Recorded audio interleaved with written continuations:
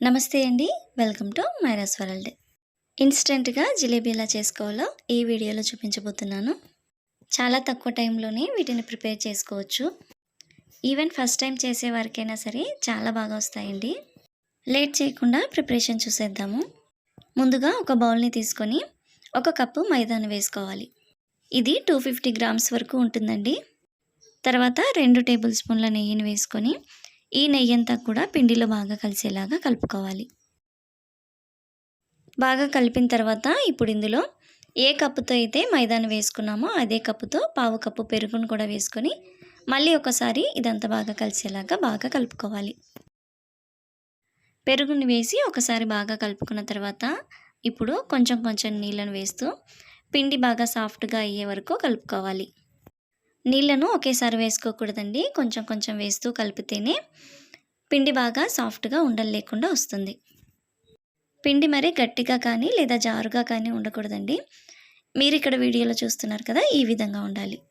ఇప్పుడు ఈ పిండిని ఒక 5 నిమిషాల పాటు బాగా బీట్ చేసుకోవాలి. ఇప్పుడు దీనిపైన మూత పెట్టేసి పక్కన ఉంచుకోవాలి. ఇప్పుడు పాకం కోసం స్టవ్ ఆన్ చేసి ఒక బౌల్ని పెట్టుకొని 2 కప్పుల షుగర్ని వేసుకోవాలి. ఏ కప్తో అయితే మైదాను వేసుకున్నామో అదే కప్తో షుగర్ని వేసుకోవాలి. అంటే 1 కప్పు మైదాకు 2 కప్పుల షుగర్ని వేసుకోవాలి.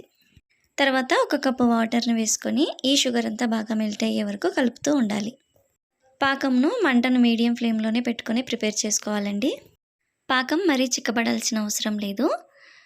లైట్గా తీగ పాకం వస్తే సరిపోతుంది. మీరు ఇక్కడ వీడియోలో చూస్తున్నారు కదా, ఈ విధంగా తీగ పాకం రావాలన్నమాట. ఇలా తీగ పాకం వచ్చిన వెంటనే ఇందులో 2 టీ స్పూన్ల నిమ్మరసాన్ని వేసుకొని ఒకసారి బాగా కలుపుకొని స్టవ్ ఆఫ్ చేసేసి దీనిపైన మూత పెట్టి ఇప్పుడు దీనిని పక్కన ఉంచుకోవాలి.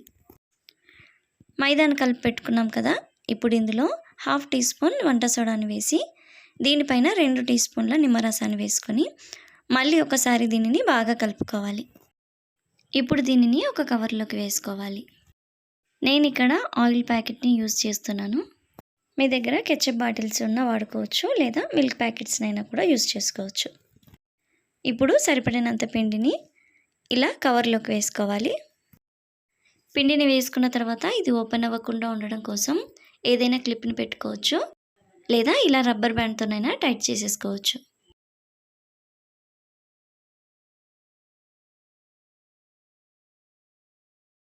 ఇప్పుడు ఈ ప్యాకెట్కి హోల్ పెట్టుకోవాలి. తర్వాత స్టవ్ ఆన్ చేసి ఒక కడాయిని పెట్టుకొని డీప్ ఫ్రైకి సరిపడా ఆయిల్ని వేసుకొని ఆయిల్ని హీట్ అవ్వనివ్వాలి. ఆయిల్ హీట్ అయిన తర్వాత జిలేబీలు వేసుకోవాలి. ఆయిల్ మరీ తక్కువ హీట్లో కానీ లేదా ఎక్కువ హీట్లో కానీ ఉండకూడదండి. ఆయిల్ మీడియం హీట్లో ఉంటేనే జిలేబీలు బాగా వస్తాయి. ఆయిల్ బాగా తక్కువ హీట్లో ఉన్నప్పుడు జిలేబీలు వేసుకున్నాము అంటే జిలేబీలు ఫ్లాట్గా వచ్చేస్తాయండి, అస్సలు పొంగవు. అలాగే ఎక్కువ హీట్లో ఉన్నప్పుడు వేసుకుంటే జిలేబీలు విరిగిపోవడం లేదా మాడిపోవడం జరుగుతుంది. జిలేబీలను కాల్చుకునేటప్పుడే బాగా మంచి కలర్ వచ్చే వరకు కాల్చుకున్నాము అంటే పాకంలో వేసిన తర్వాత చూడడానికి చాలా మంచి కలర్లో వస్తాయండి. అసలు ఏ ఫుడ్ కలర్ కూడా వేయాల్సిన అవసరం ఉండదు. మీరు ఇక్కడ చూస్తున్నారు కదా, నేను అసలు ఫుడ్ కలరే వేయలేదు, అయినా ఎంత మంచి కలర్లో వచ్చాయో. జిలేబీలు బాగా గట్టిగా అయ్యే వరకు కాల్చుకొని వెంటనే పాకంలో వేసేసుకోవాలి. జిలేబీలను ఆయిల్లో నుంచి తీసిన వెంటనే పాకంలో వేసుకోవాలండి. అప్పుడే జిలేబీలు పాకాన్ని బాగా పీల్చుకుంటాయి. పాకంలో వేసిన తర్వాత జిలేబీలను అటు ఇటు తిప్పుతూ పాకాన్ని బాగా పట్టించాలి. 1 నిమిషం పాటు ఇలా పాకంలో ఉంచి తర్వాత వీటిని ఒక ప్లేట్లోకి తీసుకోవాలి. ఇలాగే అన్ని జిలేబీలను ప్రిపేర్ చేసుకోవాలి. ఈ ఇన్స్టెంట్ జిలేబీలను చేసుకోవడానికి 1/2 అవర్ కంటే కూడా ఎక్కువ టైం పట్టదండి. చాలా క్విక్గా చేసేసుకోవచ్చు.